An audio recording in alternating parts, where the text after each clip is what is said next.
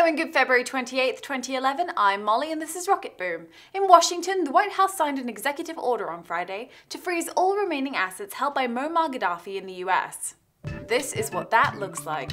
The President of the US went on to comment, "We will stand steadfastly with the Libyan people in their demand for universal rights and a government that is responsive to their aspirations. Their human dignity cannot be denied."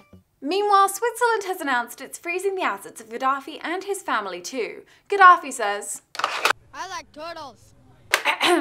Gaddafi says, Osama bin Laden is responsible for this. It is obvious this is run by Al-Qaeda, and those armed youngsters, our children, are incited by people who are wanted by America and the Western world.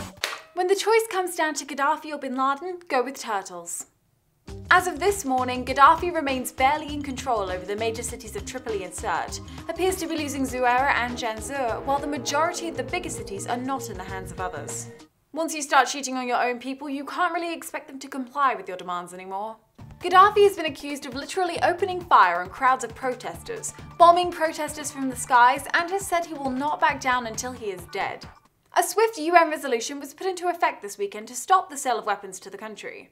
Additional sanctions have been set up to prevent international business trade with the country, targeting the governmental sectors while still leaving trade open that benefits the people of the country. A reported 100,000 plus, including some of Gaddafi's closest confidants, have fled in the past week, but Gaddafi and his sons were not among them.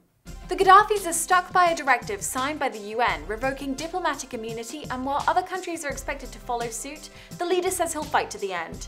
German Chancellor Angela Merkel stated in a call with US President Obama that the unanimity of the UN resolution makes clear the unity of the international community of nations in condemning Gaddafi. It's high time for him to go. In cahoots? When a leader's only means of staying in power is to use mass violence against his own people, he has lost the legitimacy to rule and needs to do what is right for his country by leaving now. Surprisingly, with some of the most intense violence the world has seen this year, the Libyan leader was quoted as saying the people should dance and sing. As they say on Twitter, dictators, dyed hair is bad for business, Gaddafi, Mubarak, Ben Ali. Here's to a more natural and free tomorrow for everyone.